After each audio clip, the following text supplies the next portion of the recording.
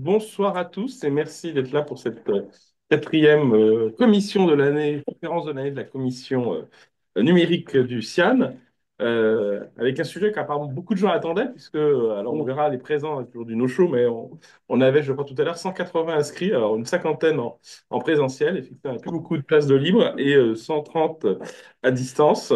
Bon, voilà, tout le monde ne sera pas là, mais en tout cas, je pense qu'en termes d'inscription, c'est le record pour la commission. Donc, ça prouve que le sujet doit intéresser plus d'une personne et c'est une excellente chose. Ce qu'on vous propose, hein, comme classiquement, on va échanger avec nos quatre intervenants pendant à peu près une heure et puis après, on laissera un temps pour les questions-réponses. Alors, pour ceux qui sont en physique, c'est facile, il suffit de lever la main. Pour ceux qui sont à distance, vous avez Q&A ou c'est Q&A ou c'est un cabinet Q&A, c'est en français. Q&A dans le Zoom, vous pouvez poser les questions et Virgile nous les lira. Et puis pour ceux qui verront la version rediffusée, bah, malheureusement, là, on ne pourra pas faire d'interaction. On n'a pas encore inventé de la machine à remonter le temps. Alors, l'intelligence artificielle et l'Afrique, voilà un super sujet qui intéresse beaucoup de monde, donc a été évoqué dans des précédentes conférences, mais on s'était dit que c'était quand même intéressant de faire une conférence dédiée sur le sujet. Et pour information, vu le succès que ça a eu, je pense qu'on en refera une autre en début d'année, notamment parce qu'en février, c'est la semaine de l'IA. Et ça sera peut-être en partenariat avec notamment l'AFD, puisqu'il y a toute une publication qui a été faite il y a une semaine avec des chercheurs aussi sur l'IA en Afrique. Donc, ça sera peut-être l'occasion aussi d'avoir un intervenant entreprise, mais aussi recherche, parce qu'il se passe beaucoup de choses dans le domaine de la recherche autour de l'intelligence artificielle. Alors aujourd'hui, pour cette session, donc qui est la première quand même que l'on fait sur l'IA au sein des commissions, quatre intervenants, je vais les présenter par ordre alphabétique, comme d'habitude, hein, c'est le plus neutre. Donc trois en distance, et donc je comprends bien, nous avons du Maroc, du Togo, du Bénin, et puis un intervenant et moi-même à Paris avec ceux qui sont là physiquement. Alors je fais le tour de table. Donc tout d'abord, Sedina Ndiaye, bonjour. Vous nous entendez? Ça fonctionne? Bonjour. C'est parfait. Vous êtes programme Oui, directeur Force N à l'Université numérique tchèque Amis de Cannes, mais vous êtes aussi dans le High Level Advisory Board Body du secrétaire général de l'ONU et membre sur le sujet de l'intelligence artificielle. Ça veut dire que vous connaissez bien le sujet, ça tombe bien. C'est aussi le cas de notre second intervenant, Mélène Ouleman Akeridurou. Vous êtes rapporteur du comité ayant élaboré la stratégie nationale pour le développement de l'IA et des mégadonnées du Bénin, mais vous êtes aussi directeur du bureau des projets de l'Agence des systèmes d'information et du numérique, l'ASIN, de la République du Bénin. Bonjour Mélène. bonjour. Bonjour à tous. Nous avons aussi depuis Lomé Jérôme Ribeiro, qui est le président fondateur de Human AI. Bonjour Jérôme. Bonjour. Et à mes côtés, Mohamed Zouglami, qui est cofondateur d'Afrique Hop et d'African Colors, et qui est spécialiste des industries créatives et culturelles et du métaverse en Afrique. Donc, il y a l'IA, tu Exactement. nous en parleras tout à l'heure. Bonsoir à tous et merci d'avoir, voilà, qui apparaît sur l'écran, et d'avoir accepté d'interagir avec nous ce soir.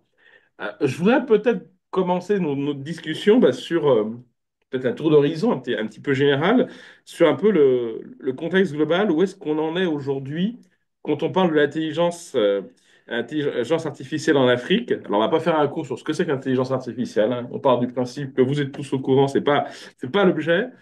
Mais plutôt, j'ai envie de dire, par rapport à tout ce qu'on entend, tout ce qu'on voit et tous les mouvements qu'on voit au niveau mondial, et ce qui est intéressant sur l'IA, c'est que vous êtes en vacances 3 semaines, vous avez déjà perdu la moitié de l'information, tellement ça bouge ça, chaque semaine. Voilà, par rapport à ce contexte global, est-ce que chacun, vous pourriez nous faire un petit tour d'horizon dans vos domaines?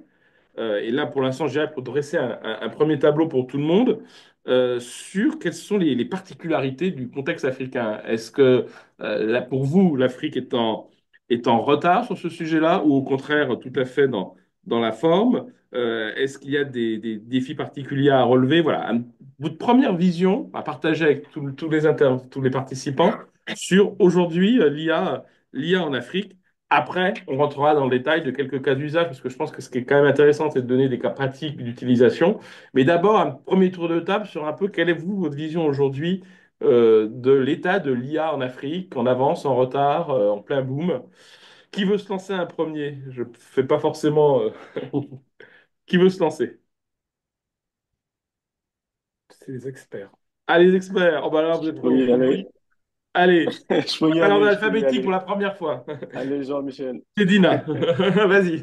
Oui, merci, merci. Je vais me lancer. Donc, merci hein, déjà pour l'invitation, pour ce cadre d'échange qui, je crois, va être assez intéressant, mais pour tout le monde, aussi bien pour nous autres que pour les auditeurs et pour ceux qui nous suivent. Pour parler rapidement quoi de l'IA en Afrique, bien sûr, on est en retard, mais c'est pas la seule région dans le monde qui est en retard, mais on est beaucoup plus qu'en retard que les autres, à mon avis. Mais ce qu'il faut noter aussi, c'est qu'on est dans un contexte avec plein d'opportunités quand même pour l'Afrique. C'est-à-dire, on est dans un contexte où il y a beaucoup de financement, où il y a un intérêt particulier de quasiment tout le monde par rapport à l'Afrique et l'IA. Donc, du coup, ça offre en fait pas mal d'opportunités pour le continent. Mais par contre, en local, en interne, il y a une disparité en fait entre les gens qui sont dans l'IA, qui le font vraiment, et les décideurs politiques qui sont très importants en fait pour que l'IA puisse se développer en Afrique. Donc il y a ce gap-là qu'il faut impérativement quoi, combler le plus rapidement possible si on veut bénéficier en fait des opportunités qui s'offrent à nous actuellement. Voilà, donc là, c'est pour rapidement parler du contexte africain. Très bien, merci. Mélène, peut-être une première approche Oui, macro sur aujourd'hui votre vision de l'IA en Afrique. effectivement, je confirme ce que Cédina dit, hein. On le voit même ici au Bénin. Enfin, nous, on a commencé à travailler sur la stratégie en 2019-2020. Et à l'époque, on se disait, mon Dieu, est-ce que les gens vont comprendre et nous suivre sur ce chantier-là? Est-ce qu'ils vont pas se dire pourquoi ils priorisent pas la construction d'hôpitaux, l'agriculture, etc. Mais sauf qu'on on le voit maintenant, l'engouement, surtout avec l'arrivée de ChatGPT. Ça s'est suivi, la vague a suivi également en Afrique. Et les talents sont là. Maintenant, c'est à l'administration, c'est aux élites de leur donner ces opportunités-là pour se développer, garder surtout les talents ici, sur le continent. Pourquoi pas servir également de fournir des services aux entreprises, à ceux qui veulent consommer de l'IA qui sont à l'extérieur. Sinon, l'autre chose que je pourrais dire, c'est quelque chose qu'on constate, hein, je pense que c'est la même chose sur tous les continents, c'est l'absence de données qui soient exploitables, qui soient déjà digitalisées. Parce que sans données, on peut pas développer des modèles d'IA, on peut pas consommer de l'IA. Or, nous, la particularité, c'est qu'on a encore beaucoup de données qui sont pas encore dématérialisées. Donc, comment est-ce qu'on peut exploiter cela et aller de l'avant? L'autre point que je pourrais ajouter également de ce que nous constatons, c'est qu'il y a encore un peu de confusion entre des solutions IA, l'utilisation de l'IA et juste de l'analytique. Souvent, on va nous interpeller pour nous dire, OK, on a pas mal de données qui sont là, là et là, et on aimerait pouvoir mieux faire des prévisions. Donc, c'est peut-être juste des données du Power BI, par exemple, qu'il faut mettre en place pour en répondre aux besoins que l'administration ou le secteur privé a besoin. La dernière chose que je pourrais citer là-dessus sur le continent africain qu'on constate, hein, et je rejoins le point que Céline a mentionné au niveau des opportunités. C'est là que je me réjouis que nous sommes dans un tour de table en francophone ici. Je salue d'ailleurs la représentation de HEC Montréal avec le président qui est connecté, Daniel Simon. Et la particularité que je constate, c'est on peut saisir cette opportunité pour développer une IA francophone.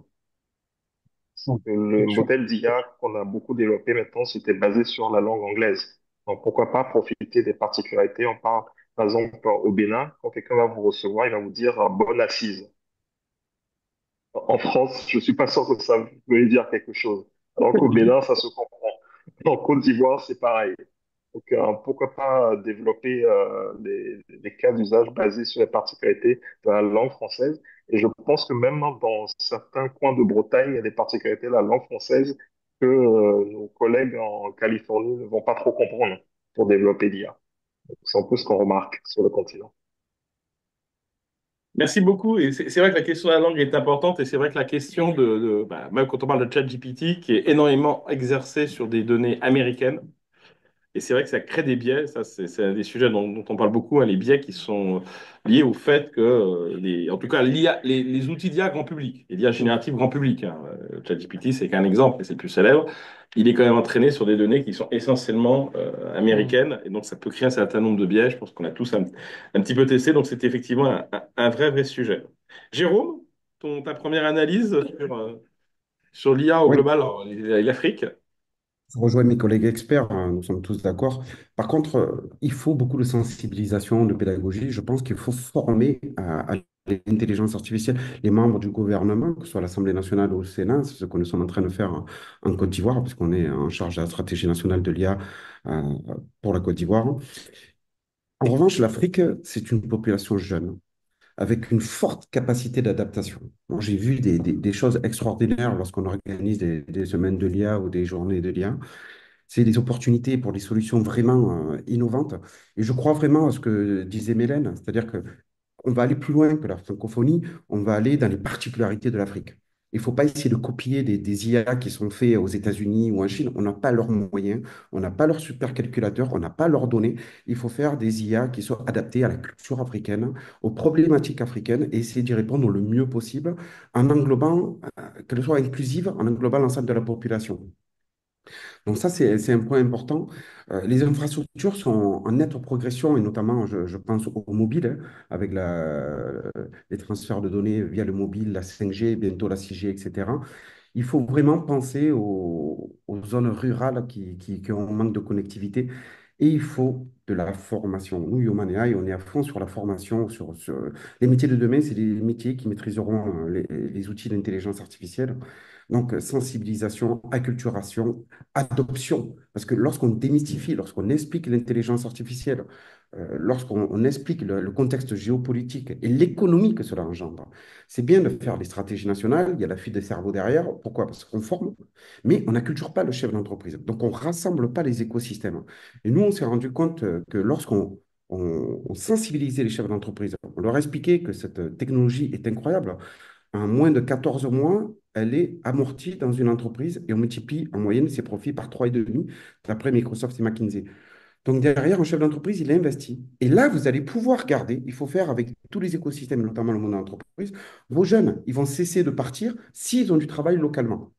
Donc moi, je vois un avenir prometteur en Afrique, hein, j'y crois, nous on s'y attelle énormément, mais il faut beaucoup de semaines de l'IA. La semaine de l'IA au Togo a rassemblé 15 000 personnes. Donc c'est pour dire, le sujet intéresse tout le monde. Et ça, il faut vraiment qu'on s'y attelle et qu'on mette les moyens pour former, sensibiliser, acculturer, démystifier, expliquer et faire en sorte que ce soit adopté. Tout à fait. D'ailleurs, le succès de cette conférence se confirme. Mohamed, pour terminer ce petit tour. Écoute, alors, moi, je crois que je vais avoir un petit ton totalement différent. Un petit ton, je ne sais pas, parce que je viens de Tunisie et que je suis comme Santaro Ndaka. Donc, j'aime bien voir les choses telles qu'elles sont et je pars des chiffres. Donc, c'est quelque chose. Donc, moi, je suis un ancien de la Commission européenne. Donc, les chiffres. Quand on parle des chiffres, aujourd'hui, on voit que. Mais je suis d'accord avec ce qui a été dit. Hein. Ah, quand même.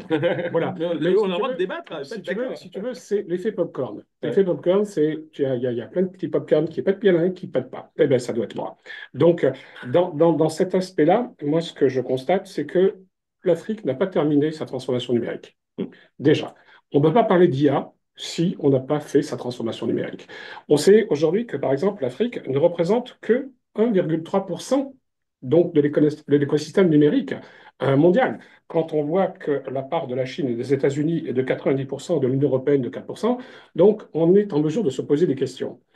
Quand tu regardes, puisque Mélène et Sandaina ont parlé de capacité de data, quand tu vois que la capacité des données en Afrique, des data centers, est à moins de 2% et qu'on n'a qu'une centaine de data centers, puisqu'on parlait de données, je pense que nos spécialistes vont rentrer dedans plus explicitement, et qu'on a besoin de 700 data centers aujourd'hui pour répondre à la demande et qu'on n'y arrive pas, donc on est en droit de se poser des questions sur l'IA. C'est là-dessus, il y en a plus de 8 000 dans le monde. Après, donc, effectivement, ce que disait Saïdana tout à l'heure, il y a de l'argent. C'est pas l'argent qui manque. Moi, j'ai été coopté dernièrement donc, pour faire partie de la stratégie de l'Union africaine au niveau de l'IA, et je suis le seul francophone. Le seul francophone. Et ça, on l'a fait au nom de l'agence francophone, et je suis vice-président de l'agence francophone et africaine d'intelligence artificielle. Et à ce titre, on a été invité. Et moi, j'ai présenté un axe qui n'avait jamais été abordé au sein de l'Union africaine dans sa stratégie, c'est la culture. Et j'ai fait une note qui va pas une cinquantaine de pages sur ce qu'on appelle l'intelligence culturelle artificielle, l'ICA. C'est un nouveau concept qu'on essaie de développer pour montrer que l'Afrique est différente des autres continents, que l'Afrique a sa propre spécificité. Et c'est là-dessus que nous travaillons sur les aspects culturels. Donc, effectivement, je rejoins mes collaborateurs, mes partenaires intervenants. La formation est la clé et les partenariats sont la clé. Dans la stratégie de l'Union africaine, il est d'ailleurs clairement édicté que l'Afrique, et c'est la volonté de l'Union africaine, de faire de l'Afrique un pôle de l'IA. Et pour y parvenir, on ne parle que de stratégie et de partenariat. Et j'ai noté quelques partenariats pour vous donner des exemples. La BAD et Intel se sont engagés pour former 3 millions d'Africains, dont 30 000 fonctionnaires. GBA, qui est une start-up dans le domaine de la formation, dans le domaine de l'éducation, a été choisi pour NVIDIA pour former 50 000 compétences dans l'IA en Afrique. Le G7 a lancé dernièrement donc, un programme de formation pour les startups et le développement durable. Huawei donc, a lancé un programme de formation en Afrique du Nord et dans l'Afrique francophone. Orange Digital Center est associé à Coursera. Et donc, ce matin, on a appris par exemple que l'opérateur Orange en Afrique prévoit de s'associer avec Meta et avec OpenAI pour développer de nouveaux modèles d'intelligence artificielle pour la formation aux langues africaines. Donc, vous voyez, c'est déjà, il y a beaucoup de choses. Mais ce qui est très particulier par la suite, c'est qu'on parle d'Union africaine, l'Union africaine parle d'un ensemble, mais le particularisme de l'Afrique, c'est que chacun pour soi. Aujourd'hui, c'est le constat que je fais. Moi, ça fait 35 ans que je travaille sur l'Afrique, je suis sur le terrain, je fais des constats. Qu'est-ce que je constate? Que la Zambie travaille avec Google, que le Maroc travaille avec Nokia et avec l'UNESCO sur des tas que le Nigeria travaille avec la Commonwealth AI Academy, que le Nigeria travaille avec Meta, que le Sénégal, et je pense que Saïdana va vous en parler également, donc avec l'université Cheikh Anta Diop, ils sont en train de travailler, que le Kenya travaille avec Microsoft, 1 milliard d'investissements dans l'IA au Kenya. Vous avez le Gabon. Alors, c'est paradoxal. Le Gabon est en train de travailler avec la Commonwealth IA Academy. Et vous avez, alors particularisme aussi, le Mali qui travaille avec l'Université de Saint-Pétersbourg et la Russie. Donc, vous voyez, chaque pays a sa stratégie IA, alors que l'Union africaine a essayé de mettre en place une stratégie commune. Et je pense que c'est un des problèmes clés qu'on va avoir en Afrique prochainement. Sachant pour la stratégie IA de l'UA qui est sortie au mois de juillet, bon, c'est pas non plus le document le plus rocket, voilà, je me permets de le dire. Quand tu as 99 experts qui sont anglophones et que c'est financé par Meta, que c'est financé par Google, tu rendras de te poser des questions. Voilà. Je voudrais, merci beaucoup pour ce tour de table, et on n'est pas forcé de respecter le même ordre à chaque fois, on peut mélanger, hein. Que vous nous donniez tous un exemple, ou deux, mais peut-être un, d'un use case, d'un cas d'usage concret que vous avez vu dans votre pays ou que vous avez rencontré, d'utilisation de l'IA, alors générative ou non, hein, il y a plein de plateformes d'IA, vous dites, bah, ça c'est un bon exemple en Afrique d'un cas d'usage de l'IA, alors que ça peut être dans l'agriculture, dans la santé, dans l'éducation, la finance, les industries créatives et culturelles. Un exemple concret, je pense que c'est aussi important pour tout le monde de montrer qu'il se passe des choses concrètes dans l'IA en Afrique. Quel serait aujourd'hui un bel exemple que vous voudriez partager? Sur l'agriculture, Vas-y, alors, agriculture, on y va. Jérôme, c'est ouais, ça? sur l'agriculture, nous avons cartographié les sols de certains pays, puisque les plantes s'épanouissent plus ou moins en fonction si c'est du granit, du calcaire, si c'est argileux, etc. Et l'agriculteur, il passe avec son smartphone, il cartographie via la géolocalisation son terrain et on lui dit le retour sur investissement. Quel est en fonction de son pays, de là où il est, quelle est la culture qui va être la plus productive pour lui et qui va lui faire le meilleur retour sur investissement. Avec ça, on peut aussi, on fait voler des drones, on regarde les besoins en eau de la plante, on fait de 25 à 90% d'économie d'eau. On regarde les maladies de la plante, on peut isoler facilement des parcelles. Et on regarde aussi la maturité des fruits afin d'optimiser les récoltes. On peut faire des prédictions, de l'anticipation, etc. Et ça, c'est vraiment un cas d'usage qui rentre dès un hectare. C'est de proposer ça à tous les agriculteurs d'Afrique pour optimiser, au lieu de faire comme certains qui veulent aller sur Mars pour produire encore des cultures. On peut multiplier les productions jusqu'à 3 par 3 lorsqu'on adapte la plante au bon sol. Et ça, c'est dans quel pays, par exemple, que tu as pu voir ce genre de cas d'usage? On Ça, travaille on sur est ce... en train de le faire en RDC. D'accord. euh, et au Maroc, on a fait aussi pas mal de cas d'usage comme celui-ci. Mhm. Mohamed, je sens que tu voulais parler de... Après Non, non, non, l'agriculture, non, la... Vas-y, vas-y, je non, t'en non, prie. non, mais c'est très intéressant parce que ce que vient de dire Jérôme, c'est très intéressant parce que il y a un cas d'usage, tu sais, tu me connais, ça fait des années que je travaille sur l'innovation. L'une des premières startups, pour rebondir sur ce que dit Jérôme, et je suis tout à fait d'accord avec lui, s'appelle Cibex, qui est une startup tunisienne qui a été créée en 2017 et c'est la première à avoir développé l'IA dans l'agriculture. Et Cibex, aujourd'hui, est incubé en France sur le pôle agricole de Laval. Mm. Et ils ont développé toutes les solutions. Et je suis content que Jérôme fasse la même chose au Togo et en Afrique de l'Ouest. Et là, ils viennent de sortir un nouveau chatbot pour l'agriculture qui s'appelle Magon, puisque je ne sais pas si vous le savez, dans l'Antiquité, Magon est un grand philosophe punique qui a créé la première encyclopédie agricole au monde. Et donc, Cibex a lancé ça il y a 15 jours pour pouvoir accompagner le développement de l'IA avec le pôle de Laval. D'accord. Moi, Sur la culture. Alors, Ah sur oui, la je me serais culture, attendu à alors, l'exemple sur de la culture culture, ou non, jeu. non, non, mais sur la culture, alors, comme vous le savez, peut-être pas, moi, j'ai une école qui est basée en Tunisie, qui est la première école en Afrique qui forme au métier créatif. Donc, 3D, jeux vidéo, Mm. animation, réalité virtuelle. Et à côté de cela, on a aussi un centre d'innovation qui est le seul et l'unique centre d'innovation dédié aux industries créatives en Afrique. Et j'appartiens à un réseau mondial qui s'appelle l'ENOL. Et au sein de ce laboratoire donc d'innovation, depuis plusieurs années, on développe des solutions, des applications. L'IA, ça fait 4 ans qu'on travaille dessus. On n'a pas découvert l'IA du jour au lendemain, ça fait 4 ans qu'on travaille dessus. Et on travaille sur un projet très très important avec Epic Games, qui est le leader mondial de jeux vidéo, puisque je suis la seule école académique partenaire d'Epic aujourd'hui en Afrique. On travaille avec l'UNESCO sur l'histoire générale de l'Afrique. La problématique, le problème, c'est que personne ne connaît l'histoire de l'Afrique. Et donc, on s'est dit, il existe 10 volumes qui sont au sein de l'UNESCO. Personne ne va les consulter. Aucun pays africain ne les utilise. Pourquoi? Parce que ça a été écrit, rédigé par 300 historiens et d'une façon très rigide. Donc, on a essayé de prendre le problème à l'envers et on s'est dit, au lieu de présenter une histoire de linéaire, prendre des personnages typiques africains, des héros. On a commencé avec 6 héros qui sont très connus, 3 hommes, 3 femmes. Sundiata Keita, Shaka Zulu Zumbi, la princesse Zainab, Queen Zinga et la reine Makeda, connue sous la reine de Saba. Le projet, c'est quoi? Le projet, c'est un serious games où l'enfant, ou les enfants, parce que ça, c'est aussi pour la jeunesse mondiale, où les enfants vont découvrir qui est ce personnage et ensuite arriver dans un univers immersif où il va pouvoir discuter avec l'IA. Et donc, c'est une IA sur laquelle nous travaillons avec des partenaires au Canada. Donc, je fais un coucou à Mélène parce que je t'expliquerai beaucoup de choses sur ce qu'on fait au Canada.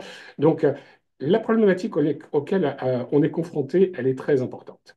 Et je vais vous l'expliquer. Quand on prend un personnage comme Shaka Zulu, on a la vision parce qu'on a les données, on a la vision du côté anglo-saxon.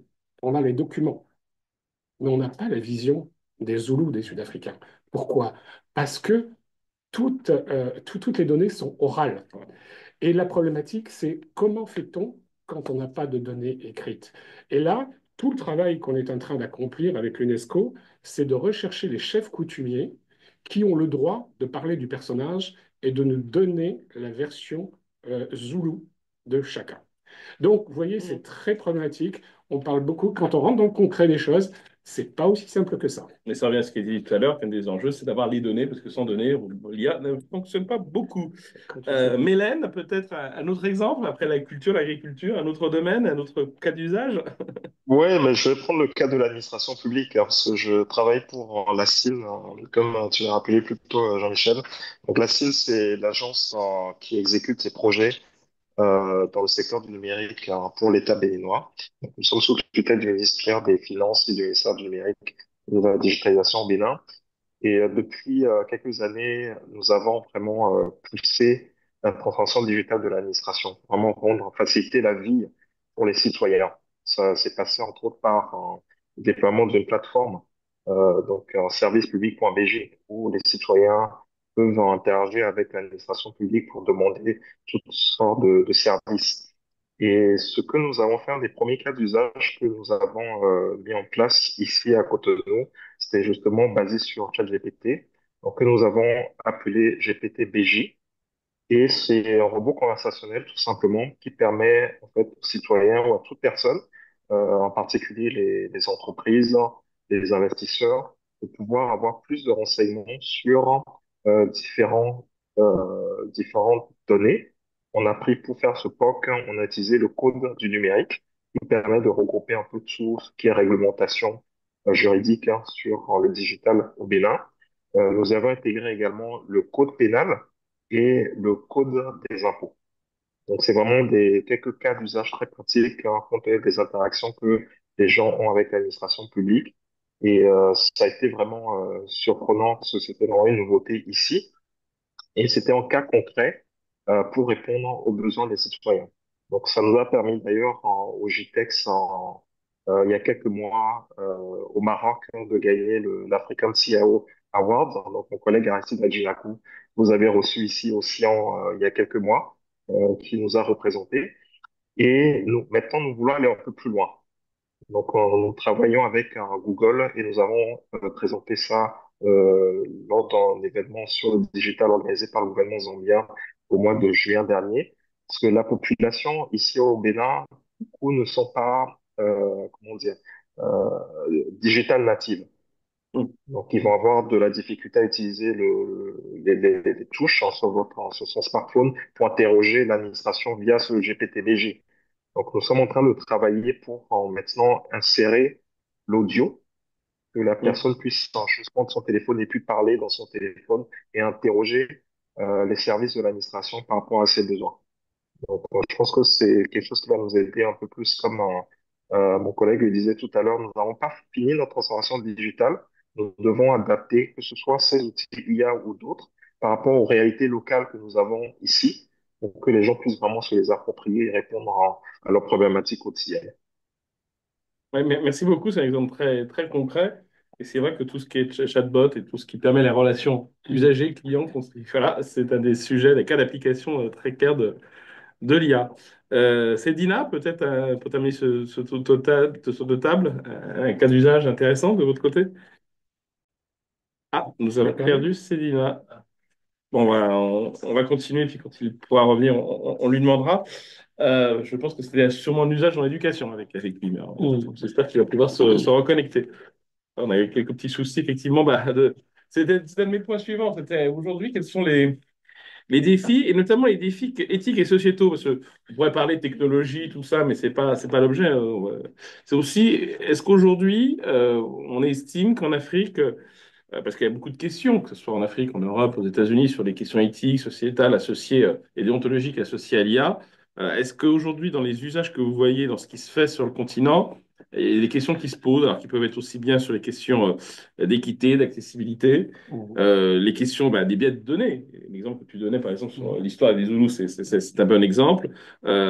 Également sur les usages peut-être plus classiques de type administration ou autre, ou santé, on n'en a pas parlé, toutes les questions de protection des données. Est-ce qu'aujourd'hui, vous sentez, d'une part, qu'il y a des spécificités africaines, encore une fois, sur ces questions plutôt éthiques, ontologiques, et est-ce que les bonnes mesures, les bons outils, alors ça peut être la régulation ou autre, sont mis en œuvre? Alors, en fonction de qui est là, peut-être Mélène, voilà, on vous voit sur l'écran, c'est la magie de la technologie sur ce sujet. C'est une question intéressante parce que justement, quand nous étions en train d'élaborer la stratégie, on s'est posé la question sur où est-ce qu'on mettait le curseur sur les actions à prendre par rapport à l'éthique, par rapport à la régulation, etc.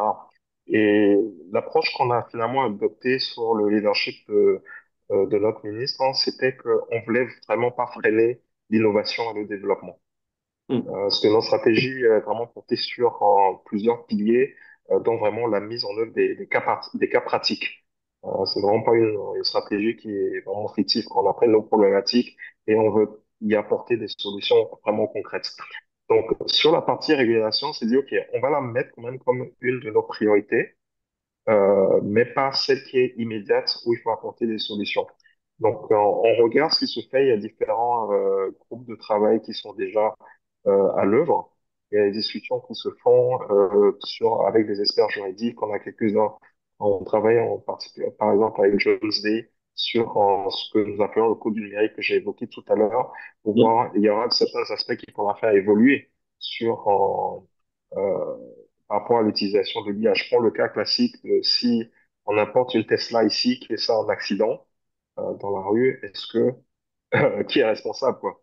Au moment où c'est déjà couvert hein, par notre code du numérique, mais il y aura peut-être des particularités qu'il faudra prendre en compte.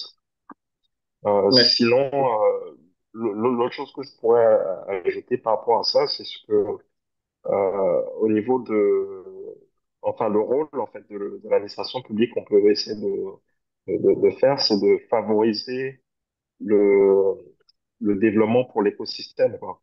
Que les gens qui ont des idées innovantes, sans que ce soit les startups et les grandes entreprises puissent être à l'aise pour en développer, apporter des solutions IA au plus près des populations, des entreprises ou même de l'administration publique. Mm. Tout à fait. On reparlera tout à l'heure de l'écosystème parce que c'est vrai qu'il y a Oui. différents jeux d'acteurs. Peut-être Jérôme, sur ces questions déontologiques, éthiques. Oui, mais l'éthique, c'est très difficile. Pourquoi? Parce que nous sommes tous différents, nous avons des religions différentes.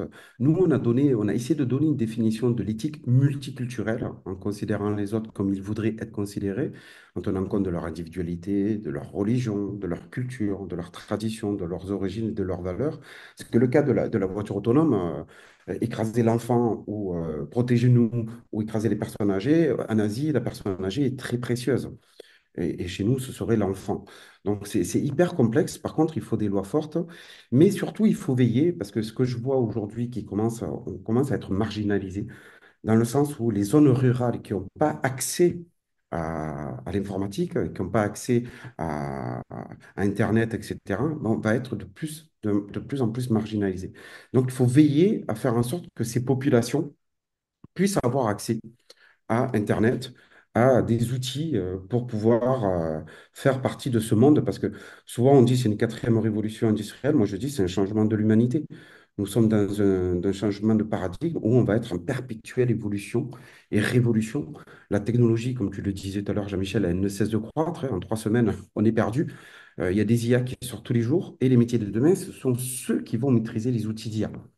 Et ceux qui ne maîtriseront pas, ben, ils vont être marginalisés encore plus. Donc, il y a Mm. cette inquiétude chez Human AI de faire en sorte qu'on donne accès à tous et pour tous à cette technologie, et que ce soit la formation, mais aussi aux infrastructures. Et donc, je crois vraiment que les gouvernements aussi, il faut qu'ils fassent des lois fortes. On parlait de la donnée, hein, qu'elle soit souveraine. Seulement 2% de la donnée des Africains sur le sol africain. 1,3% des data centers mondiaux sont africains. C'est dire le chantier qu'il y a. Donc, il y a Mm. vraiment du travail à faire sur la donnée. Ça évitera les biais algorithmiques aussi. Tout à l'heure, on le disait, hein, c'est l'Occident qui a beaucoup de données. Ce qu'il faut savoir, c'est que plus de 90% de ce qui a été digitalisé, c'est fait depuis le Covid. Parce qu'il a fallu continuer à donner des cours, à faire du service public, etc. Et on s'est Mm. rendu compte que la digitalisation était importante. Donc, il faut veiller à ce que l'Afrique se réunisse. On parlait de l'Union africaine tout à l'heure, de Smart Africa. On était aux ATDA avec Smart Africa et on parlait de ces sujets-là qui sont primordiaux. Je crois vraiment que l'Afrique doit s'unir avec chacun son data center, mais un blockchain de data center, et qu'on doit faire aussi de la science ouverte, c'est-à-dire que la donnée, euh, elle doit être digne de confiance, elle doit être vérifiable, euh, qu'elle doit protéger la vie privée, mais qu'elle doit être accessible par tous, pour essayer d'aller sur les objectifs de développement durable. En tous les cas, c'est nos valeurs à nous chez Human AI de faire en sorte que tout le monde se retrouve là-dedans, dans cette technologie, et ait accès à tout ça. Mm. Mm. Merci Jérôme. Mohamed? Non, je partage ce que vient de dire Jérôme, mais je compléterai par ce qui se passe aujourd'hui. L'IA n'a pas été conçue par les Africains, mais pour les Africains. Je m'explique. Aujourd'hui, en Afrique, quand vous regardez ce qui se passe, tous les data centers sont financés par l'étranger. Toutes les connectivités sont financées par les GAFAM ou les BATX. Toutes les technologies qui nous arrivent, les solutions, sont étrangères à l'Afrique. Donc, nous sommes aujourd'hui que de simples consommateurs. Et ça, c'est quand même un problème crucial. Et ce qu'on voit, puisqu'on parle de data, de données, il faut savoir qu'aujourd'hui, et ça a été évoqué plusieurs fois, la jeunesse africaine, effectivement, la jeunesse africaine, tout le monde en parle. Moi, je suis sur le terrain depuis 35 ans et je forme cette jeunesse africaine.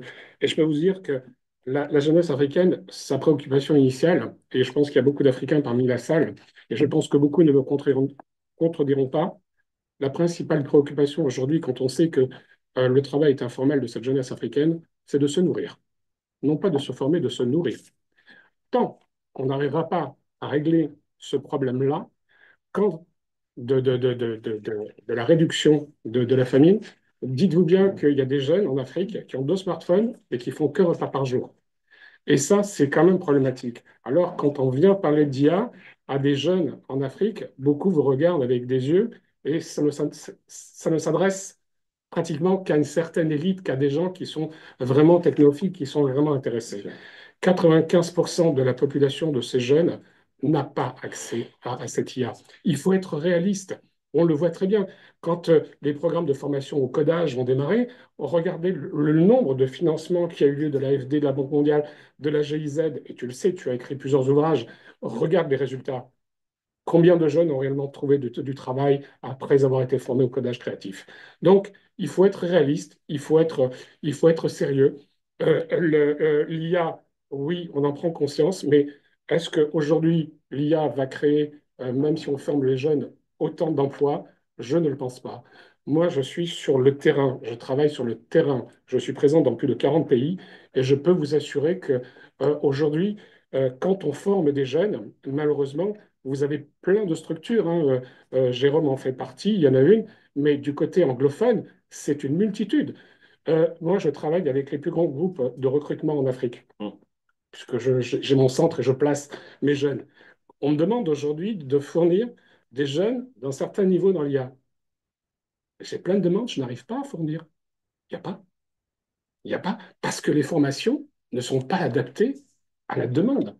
Et aujourd'hui, il faut se rendre compte également que les jeunes que nous formons à l'IA, bah, quelle est leur perspective à part de travailler dans quelques startups africaines? Et quand on sait qu'une startup africaine, c'est 4, 5 personnes, vous imaginez, quand on va former 10, 15 000, quelle va être leur sortie? C'est ça le problème. Il faut être réaliste. Aujourd'hui, on peut former 50 000 jeunes, mais il n'y aura pas 50 000 emplois, c'est pas vrai. J'y crois pas du tout. J'y crois pas. On n'a pas les sorties. Même les entreprises, même les grandes entreprises ou les administrations n'embauchent pas. Elles ne sont pas dans cette politique. Quand on sait que l'étude de la BCAO qui a été faite dernièrement, qui a précisé que 27% des chefs d'entreprise africains étaient conscients que l'IA était importante, mais que ce n'était pas leur priorité. Alors si 27%, vous imaginez le reste? C'est toute une question. C'est vraiment paradoxal. Non, mais c'est très intéressant, et puis ça ouvre le débat suivant, parce que je voudrais après qu'on discute un petit peu de quels sont justement ces acteurs aujourd'hui qui sont ceux qui peuvent aider à développer plus l'IA au sein du continent. Alors, j'ai compris sur l'éducation, j'ai anticipé, c'était l'écosystème qui est évoqué par Mélène et d'ailleurs aussi par Jérôme tout à l'heure. Aujourd'hui, voilà, d'un côté, on a les startups, de l'autre, on a des entreprises qui investissent dans l'IA. On a toutes les structures de formation, on a le gouvernement. Mélène nous a donné des exemples très clairs. Aujourd'hui, quels sont ces acteurs qui poussent vraiment l'IA en Afrique? Il y a 3 semaines, on parlait des ATDA, SIAOMAG a organisé, j'y étais, une learning expedition dans la Silicon Valley, donc entre Berkeley, Stanford, San Jose, etc. Moi, ce qui m'a frappé, c'est une délégation africaine, ce qui m'a frappé dans ce qu'on a pu voir, moi ça m'a presque fait un peu peur en tant que Français, si j'ose dire, c'est quand je vois comment, d'un point de vue politique, est traité l'IA en France ou en Europe, c'est-à-dire pas traité ou traité que d'un point de vue réglementaire, et ce que font les administrations américaines. qui ont lancé toute une alliance des différentes grandes mairies, agences, pour réfléchir à comment accélérer l'IA, mais dans l'administration. Je me dis, ils sont en train de prendre encore plus d'avance, alors qu'ils l'avaient déjà. En Europe, on est un peu à la traîne. Quid de l'Afrique dans ce cas-là? Aujourd'hui, quels sont un petit peu... Ah, bah voilà, Il est là. Céline est revenue. Bah, je lance le débat, puis Céline, je vous poserai une ou deux questions, mais voilà, quels sont ces jeux d'acteurs, cet écosystème aujourd'hui qui peut pousser l'Afrique?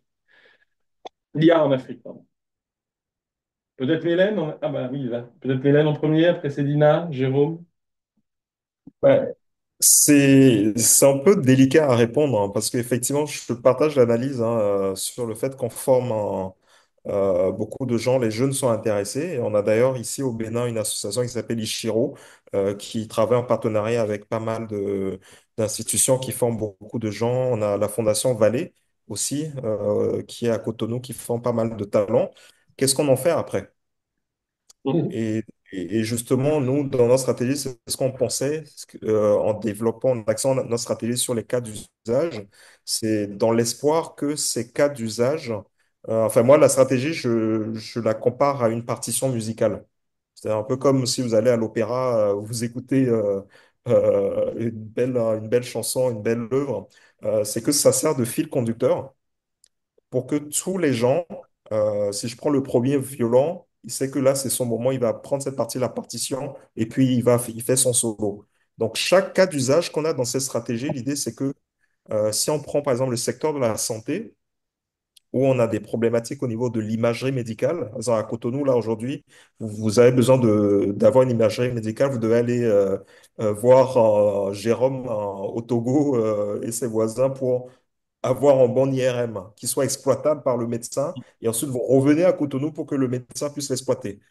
Donc, pourquoi pas, autour de ces cas d'usage-là, développer les écosystèmes pour qui vont recruter dans le secteur privé ces jeunes conformes. Donc là, ça retourne le miroir par rapport à nous, l'administration publique, au niveau de la commande publique. Comment est-ce qu'on facilite ça, l'accès à des personnes qui ont des idées innovantes, mais qui n'ont pas tout l'historique pour pouvoir candidater à la commande publique, pour leur donner l'opportunité pour compétir au même titre qu'un Accenture, un Bearing Point, excuse-moi Jean-Michel, pour répondre à la centaine de cas d'usage que nous avons retenus et qui, de nouveau, apparaissent chaque jour où l'IA peut apporter une solution. Donc, c'est peut-être à nous de créer ce dialogue. La semaine dernière, justement, on discutait, on a une initiative ici au Bénin avec la coopération luxembourgeoise et on discutait de quelque chose que la GIZ, justement, a fait pour en réunir dans un tour de table, que ce soit les acteurs privés, mais également les gens qui sont responsables de la commande publique pour sensibiliser. On dit, nous, voilà nos besoins de la commande publique et voilà comment vous, ceux qui souhaitent candidater, voilà le chemin à prendre pour ne pas se sentir défavorisé par rapport à des grands groupes internationaux, mais même locaux. En gros, comment est-ce qu'on développe l'écosystème local pour recruter tous ces talents-là et surtout éviter, parce qu'on ne va pas se cacher les choses, les jeunes qui sont formés ici, il y a des talents, on le voit hein, quand on fait des hackathons et qu'on recrute ici à l'agence, mais on se les fait piquer. Voilà. Au Canada, en Angleterre, on se les fait piquer. Donc, comment est-ce qu'on les retient ici? Parce qu'il y a de quoi faire. Il y a vraiment de quoi faire. Et l'argent est là, en fait. Oui, c'est ça le problème. Tout à fait. Célina, vous êtes toujours avec nous, Oui, j'espère. Ah, c'est bon. oui, je suis là. Désolé, hein, Non, non, il y pas de a une souci. connexion, Alors, perte de connexion. j'en C'est profite parce quoi que la là, question? on a Oui, été coupé au moment où on partageait les cas d'usage concrets en Afrique. Donc, on en a eu dans le domaine de l'agriculture, de l'administration, de la culture. Euh, Est-ce qu'il y en avait un cas d'usage oui, particulier que vous vouliez valoriser, oui, mettre en oui. avant? Oui, tout à fait, merci, hein. Donc, je vais en donner deux rapidement dans le domaine de la santé d'abord. Donc, Ah, dans très le bien. domaine de la santé, mais par exemple, il y a deux projets au Sénégal qui travaillent sur ça. Et l'un, c'est sur la détection précoce des tumeurs du cerveau. Donc, avec un travail qui a été fait avec les médecins et tout ça, et donc qui a donné de bons résultats. Un autre, c'est sur c'est une boîte Kera, donc c'est un ancien de Google qui l'a créé, un Sénégalais, et qui travaille en fait pour compenser un peu le manque de personnel de santé dans les premières phases quoi, de diagnostic. Et donc, qui a mis en place un outil qui permet, en fait, avant d'aller voir quoi, le médecin, de passer par toute une phase quoi, qui permet un peu de faire quoi, le travail préliminaire. Donc, J'ai compris. Lina, je crains qu'on vous ait ça, encore c'est dans le perdu. domaine de la santé. Dans le domaine de la Non, Allô? c'est bon, Oui, vous êtes vous revenu, m'avez vous êtes perdu, c'est revenu. bon là? Je suis revenu, C'est ok. bon, c'est bon. Santé civile. Donc, dans le domaine de la culture, il y a un autre projet qui sert pour la préservation du patrimoine culturel, notamment des instruments de musique traditionnelle.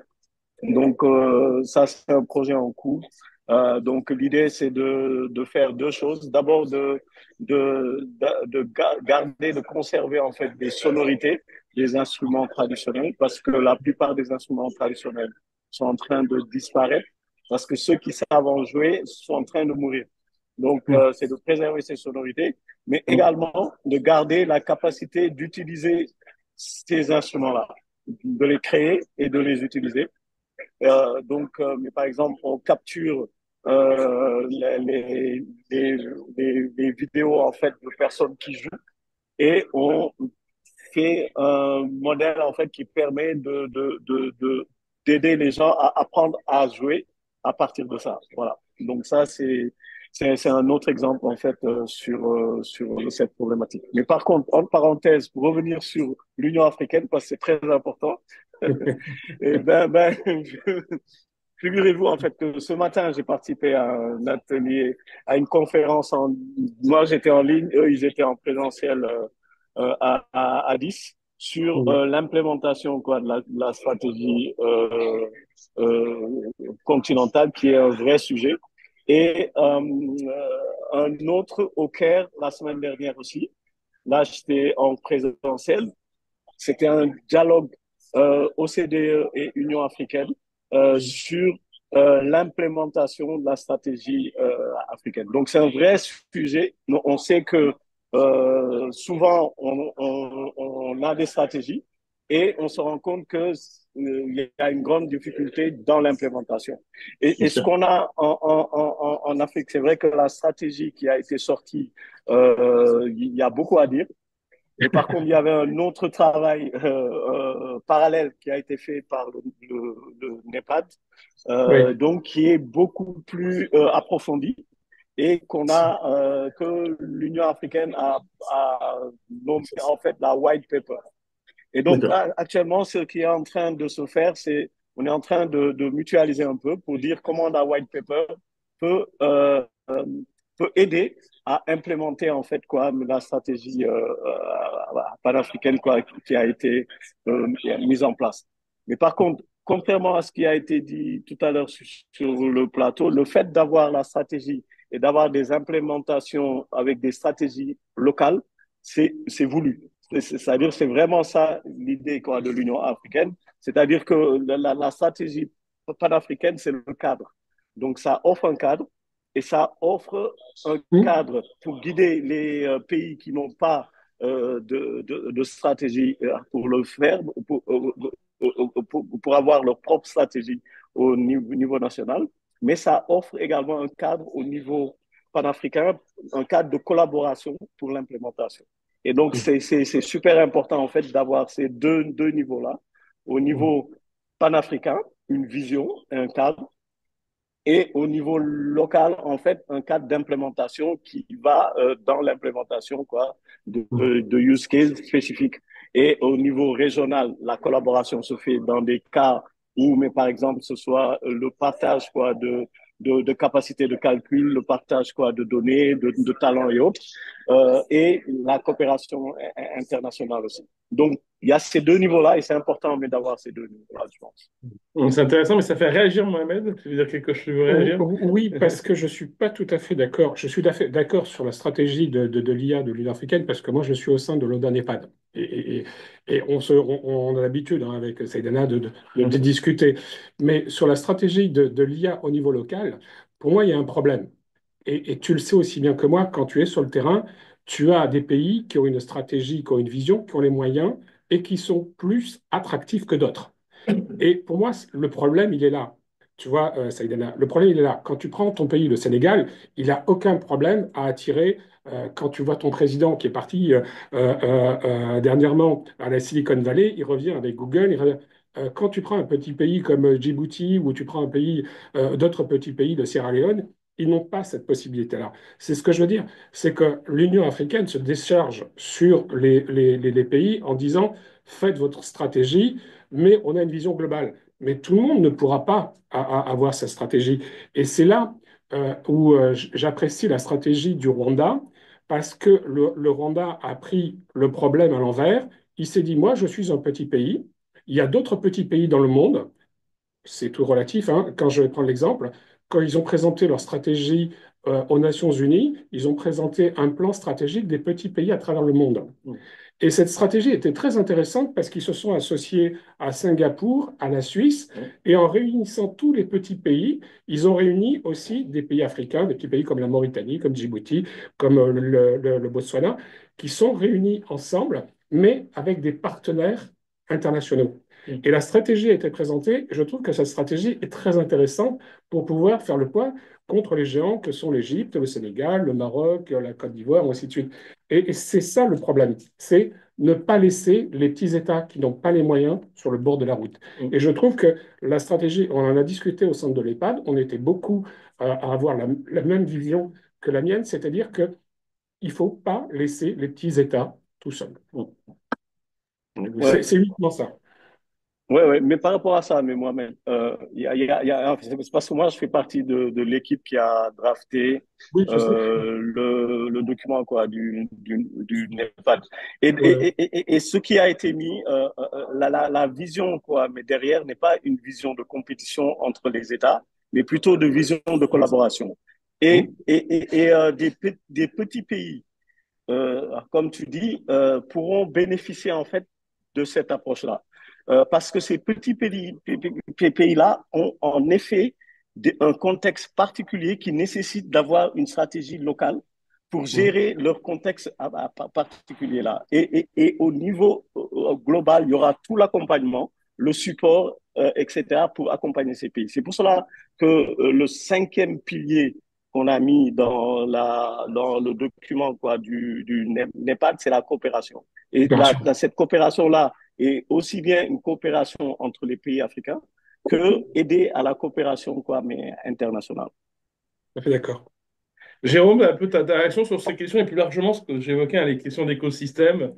Comment on fait travailler tous ces gens-là, que ce soit les acteurs publics, privés, pour Mais développer l'IA en Afrique? je pense que c'est tout là la solution, mais la complexité aussi. Il faut vraiment sensibiliser. Nous, on essaie de faire des partenariats avec les patrons de presse dans chaque pays. On a lancé ça au Togo, où on a formé tous les patrons de télé, de presse écrite, de presse digitalisée, de radio, etc. Pourquoi? Pour qu'ils en parlent après, le faire savoir, sensibiliser, acculturer, démystifier, adopter. On a fait ça en Côte d'Ivoire, on a fait ça au Sénégal, on va le faire dans d'autres pays, parce qu'on a signé avec une quarantaine de pays africains. Et l'idée, elle est vraiment là, c'est l'affaire de tous.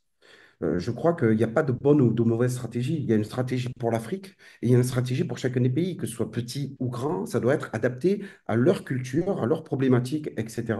Et ça, c'est hyper important. Les cas d'usage sont hyper importants aussi. Je vais parler du Togo. On a mis en place le système BioSécu qu'on a développé avec le docteur Malik Maurice Mouzou pour la CNSS, la Caisse nationale de sécurité sociale, où on fait la vérification de vie biométrique. Ça a permis de faire énormément d'économies, de créer un hôpital de niveau 4, comme l'a dit Mélène, où on a des scanners, et, on a des IRM, etc., où on peut retenir maintenant les docteurs qui partaient à l'étranger. Et donc, c'est par des initiatives comme celle-ci qu'on va prouver qu'on va gagner de l'argent, mais qu'on va donner du service aussi au peuple et que ce peuple-là, cet argent-là va être redistribué. Il y a des use cases qui sont importantes, mais le faire savoir est pour moi la clé. C'est-à-dire que c'est l'affaire de tous. Il faut que les gens comprennent que si demain on ne prend pas cette technologie, qu'on ne s'y met pas dessus, qu'on maîtrise. Alors, ça ne veut pas dire qu'on va développer des algorithmes, ça veut dire qu'on sache utiliser les outils d'IA. Je pense que ça va être compliqué pour ces gens-là. Parce que demain, ils vont être hyper marginalisés et on le voit de plus en plus. Après, quant à la question, ben, ils ont l'argent, les GAFAM et les BATX. Ils ont énormément d'argent. Google, quand ils viennent et qu'ils disent, mais mettez-vous avec nous, mettez-vous dans notre cloud, c'est pour la donnée. Google ne vend rien. Qu'est-ce qui fait la richesse? On est devenus des produits. C'est la donnée, notre propre donnée. Donc, ils ne sont pas bêtes. Ils viennent en Afrique, et moi je le dis, hein, je n'ai pas peur de le dire, ils viennent en Afrique, venez, on vous donne aussi, on va mettre les câbles, mais la donnée va transiter par eux et ils vont avoir la donnée. Nous, on voyait les données de la CNSS et de l'assurance maladie du Togo, on payait des milliards de francs de CFA, enfin, ils payaient des milliards de francs de CFA à Oracle. Et en plus, ils exploitaient cette donnée-là. Aujourd'hui, on a pu exploiter cette donnée-là. On est en train de regarder les maladies, pourquoi dans certaines localités, etc., de comprendre tout ce qui est mesurable et contrôlable, tout ce qui est contrôlable est améliorable, etc. Et ça fait faire les économies, ça fait du service à la population. Et je pense qu'avec des cas pratiques de micro-entreprises, d'entreprises. On rassemble la jeunesse aussi, on leur fait savoir avec la presse, avec les chefs d'entreprise. Et les chefs d'entreprise, ils voient des grands projets qui ont été portés par le chef de l'État, Essosina Nyassimbe, avec Ingrid Awadé, la directrice générale de la CNSS. C'est des cas pratiques qui donnent envie à tous de s'y mettre. Et hier, j'étais avec le Conseil national du patronat du Togo et qui représente l'Afrique de l'Ouest et centrale. On est en train de faire des choses avec eux pour les acculturer, pour les sensibiliser. Ils ont compris qu'ils devaient faire partie de cette technologie-là et d'investir dans cette technologie-là. Super. Moi, ma dernière question, et après on laissera avec quelques questions à l'assistance. Qu'est-ce qui se passe dans 10 ans? Allez, faites-nous un peu rêver. Alors, je vois que Jérôme, là, tu veux mais quasiment changer toute l'humanité avec l'IA. Donc, voilà, Ah, alors, il y a quelqu'un qui a levé la main? Je l'ai pas vu. Si, si, Ouais. c'était Vas-y, moi, mais ça permet de répondre à ta question en même temps, quoi. d'accord. Je levais la main pour aller même plus loin que ce que Jérôme disait. Le fait que les GAFAM veulent venir en Afrique, ouais, il ne faut pas se voiler la face, c'est pour la donner, bien sûr. pour élargir leur assiette, on ne va pas se le cacher. Mais par contre, à nous, médecins en Afrique, d'être vigilants et de leur dire, OK, vous voulez venir, mais venez faire du vrai business. Venez pas juste profiter, exploiter et repartir, mais il y a des affaires à faire ici. Donc, discutons, assoyons-nous, venez investir concrètement et surtout, venez utiliser, valoriser les talents locaux pour qu'ils restent ici. Comme il a dit Jérôme tout à l'heure, dans le cas des médecins, donc ils n'ont plus à partir. On a des pépites ici, hein. En tout cas, je connais le Bénin, j'ai des échos du Togo également. On a des pépites, vraiment des talents qui font des choses incroyables. J'étais à Montréal avec ma ministre en septembre. Il y a un Béninois qui travaille chez Google là-bas, qui travaille sur tout ce qui est NLP et qui nous a aidé justement en mai dernier avec l'entreprise New Native pour faire un hackathon multimodal où on voulait voir comment est-ce qu'on pouvait utiliser l'IA pour, par exemple, faire des films en langue locale et qu'on pourrait envoyer à l'extérieur. Donc, dans 10 ans, comment est-ce que je vois l'IA? C'est le Bénin, la sous-région qui exporte des services ou même du contenu créé sur l'IA vers tous les continents et que si je suis le PDG de SAP, dans ma tête, j'ai aucun problème à dire, mais je vais aller au Bénin pour voir ce qui se fait. Je vais aller à Dakar pour voir ce qui se fait. Je vais aller à Lomé pour voir ce qui se fait parce qu'il y a des gens là-bas. Mais aussi, il faut qu'on assume nos responsabilités, il faut qu'on investisse plus dans l'infrastructure, encore plus les data centers, la transformation digitale de nos processus, mais surtout la donnée. Qu'on la digitalise mais à fond. Voilà, c'est On comme a bien si vu dans que, 10 ans. ouais, on a bien vu que la donnée, c'est le sujet clé. Ahmed, dans 10 ans? Euh, Moi, je voudrais revenir. Ah oui, dans 10 ans, je veux dire, mais j'ai un cas pratique qui fonctionne, Ouais. que très peu de gens connaissent. C'est le secteur minier en Afrique. Mm. Le secteur minier en Afrique, j'ai pris les chiffres pour ne pas me tromper, entre 290 et 390 millions de dollars d'économies estimées dans le secteur minier.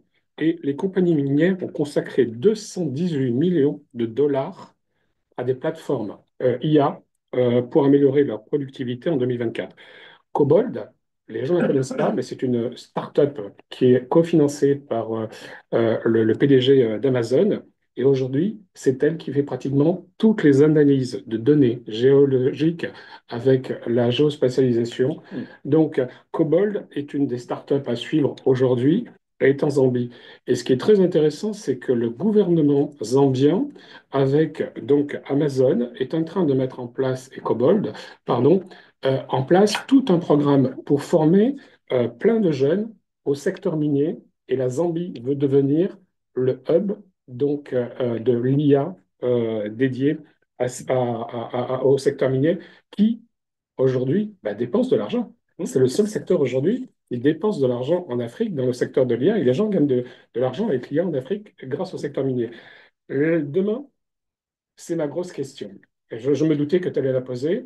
Je l'ai eu hier à Munich. Je représentais l'Afrique auprès donc, de l'organisme des brevets, tu sais, des brevets européens. Et on avait une réflexion, puisque j'étais invité au niveau des industries créatives, qui est ma spécialité, parce que je suis un spécialiste de ce secteur en Afrique. Mais je suis un praticien de l'IA, je m'intéresse à l'IA. Moi, je me pose beaucoup de questions sur l'IA. J'avais noté quelque chose qui m'avait vraiment frappé. C'était une note qui était sortie il y a une semaine qui disait en seulement 18 mois, 15 milliards d'images synthétiques ont été produites, dépassant la totalité des photographies prises en 150 ans d'histoire. Qu'est-ce que je veux dire? C'est que pour moi, cette situation elle soulève une problématique majeure. C'est-à-dire que les systèmes d'IA aujourd'hui s'entraînent désormais sur leur propre création. Et ça, je pense que dans les prochaines années, c'est quelque chose qui va poser problème. Et je ne suis pas le seul à avoir cette réflexion, puisque j'ai découvert que le PDG de NVIDIA a récemment déclaré qu'il ne pensait pas que l'industrie puisse résoudre le problème des hallucinations de l'IA, où une IA invente des informations pour combler ses lacunes en matière de connaissances avant plusieurs années. Et ça pose la question, puisque notre amie Mélène travaillait sur la partie santé, je me suis posé la question, comment sait-on qu'un diagnostic fait par une IA est juste ou pas? Ça, et quand on sait qu'OpenAI a déclaré il y a 15 jours, même pas, qu'aujourd'hui, 43% de ses réponses étaient sûres et que Anthropic disait que 27% de ses réponses étaient sûres. Donc, ça pose une question pour moi de la crédibilité de l'IA dans le futur. Je ne remets pas en question l'IA, mais je remets en question la crédibilité. Quand on sait qu'on n'a pas accès aux données, à la base de données, au fonctionnement de ces IA, on ne sait pas du tout comment elles fonctionnent. Donc, c'est une question, comment sait-on que cette IA est crédible? Et pour moi, l'avenir se pose là, la crédibilité des sources. Et des sources, éventuellement de nouvelles sources qui sont De nouvelles sources, puisque ça produit. Quand tu sais qu'aujourd'hui, par exemple, en Irlande, sur certaines radios, 95% du contenu est généré automatiquement par l'IA qui génère de nouveaux contenus. Donc, il y a des approximations incroyables. Et donc, l'Irlande est en train de revoir sa stratégie au niveau de l'IA sur le contenu numérique.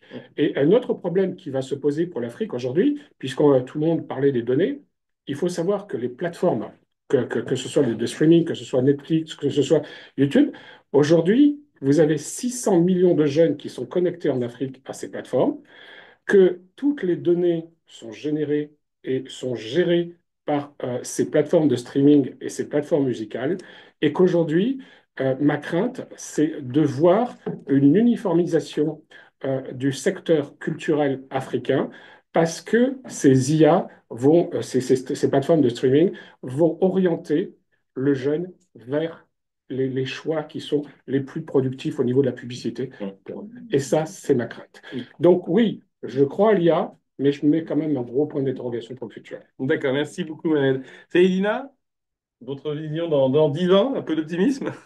Oui, tout à fait, hein. J'ai une vision à double face, hein. C'est comme une pièce de monnaie qu'on lance. Maintenant, ça dépendra de ce qu'on va en faire pour savoir ce que ça va devenir. Donc, la première vision, c'est on a pu construire en fait des écosystèmes d'IA au sein de l'Afrique avec une bonne compréhension et un bon une bonne collaboration entre les différents acteurs pour créer de la valeur et pour profiter des bénéfices de l'IA en mitiguant les risques. Ça, c'est la vision que j'ai et cette vision dépend fortement d'une bonne compréhension des enjeux par les États et de la mise en place des dispositifs qu'il faut. Une autre vision beaucoup plus pessimiste, c'est que nos États n'ont pas pu, en commençant par les gouvernants, apporter le soutien qu'il faut aux communautés qui sont actuellement très actives, que ce soit dans le secteur privé ou que ce soit dans les communautés universitaires ou autres. Et on serait dans un monde où l'Afrique serait le lieu où tout le monde va venir puiser. On se retrouvera à une autre colonisation, mais la colonisation quoi, de l'IA, où là, ce serait autre chose. Voilà. Merci, Donc, ça c'est dépend de nous ce qu'on va en faire et surtout de nos gouvernants. voilà, ça donne de vertige tout ça. Jérôme, pour terminer sur le tour de table, toi tu changes Moi, je humanité, partage. donc c'est encore mieux. Ah ouais, je partage la vision de Cédina. On échange très souvent et on l'invite très souvent parce que c'est quelqu'un que j'apprécie énormément sur ses qualités humaines et ses valeurs et sa vision surtout. Euh, Nous sommes déjà des esclaves, hein. Il ne faut pas rêver. C'est pas demain, Cédina, je suis désolé, mais on est déjà des esclaves aujourd'hui, les Américains et les Chinois, hein. Ils ont le pouvoir, ils ont la donnée. Quand on voit que les GAFAM, ils sont beaucoup plus riches que l'Europe, ça fait peur. Donc, j'ai un côté où j'ai peur et j'ai un côté où je suis optimiste. Mais je suis conscient des dangers, comme lorsqu'on prend la voiture, on est conscient qu'il faut faire attention et des dangers. Aujourd'hui, moi, j'explique que je rencontre beaucoup de chefs de gouvernement et je leur dis, s'ils ne prennent pas le sujet de l'IA à cœur, c'est fini pour eux. C'est fini pour leur pays, ils seront marginalisés. Et je crois que c'est vraiment l'affaire de tous. On en parlait avec Lassina Koné de Smart Africa la semaine dernière aux ATDA. Et on a fait l'alliance avec ces OMAG, Smart Africa et Humanea et Konya pour justement être plus forts ensemble. Il faut tous être ensemble. Euh, j'ai de l'espoir. Pourquoi? On a créé les ambassadeurs de Humanea où on forme gratuitement des jeunes. On est à 30 000 jeunes en même pas 2 ans. Donc, c'est dire que les jeunes, ils ont compris l'importance de cette technologie, qu'ils veulent en faire partie. Mais, comme le disait Mohamed tout à l'heure, il y a l'accès à Internet qui est compliqué, il y a les infrastructures. Hmm. Il faut vraiment faire, il faut vraiment des volontés, mais de chef d'État. Moi, je suis désolé, quand on met le numérique, l'IA sous le numérique, non, la recherche et l'enseignement, c'est le ministre de l'enseignement et de la recherche. Il faut le mettre sous la primature. Et tous les services, les gouvernements, tous les ministères sont concernés par l'IA. La santé, l'éducation, l'armée, l'agriculture, etc. Donc, si tu le mets sous le ministère du numérique, il y a des guerres d'ego, et on le sait, on le voit. Et Jean-Michel, on l'a vu dans plusieurs pays.